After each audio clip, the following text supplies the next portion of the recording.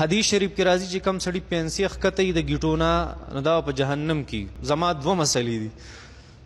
یو مسله مې دا ده چې خېټه مې کمزورې ده او چې پرتوغاښ ټیټ تړمه نو تکلیف یې راته که لږ سست تړمه نو ټینګېږي نه.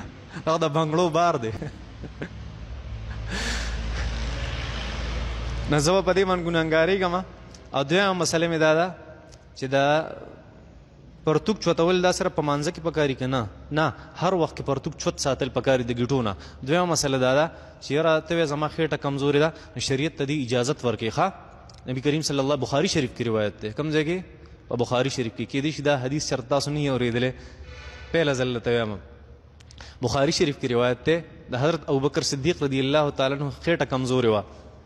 نبی علیہ السلام حدیث وفرمایي من جر ثوبه خیلا، چا چې خپلې کپړې ځان پسې راښکلې او پرتوګ او لنګې ښکته وساتو نو لم ينظر الله الیه یوم القیامه، الله به ورته د قیامت په ورځ د رحم په نظر ونه ګوري. ابوبکر صدیق صاحب ډېر پریشان شو، یا رسول الله زما لنګ خو ښکته وي او زما خېټه ډېره کمزورې ده. نبي علیه صلات وسلام ته وفرمیل دا تا نه یادې متکبره خلک یادې. ښه تکبر د وجې چېرته پرتوغ ښکته وي که نه نو دا ګناهګاري او که داسې مجبوري څوک ګناه نشته.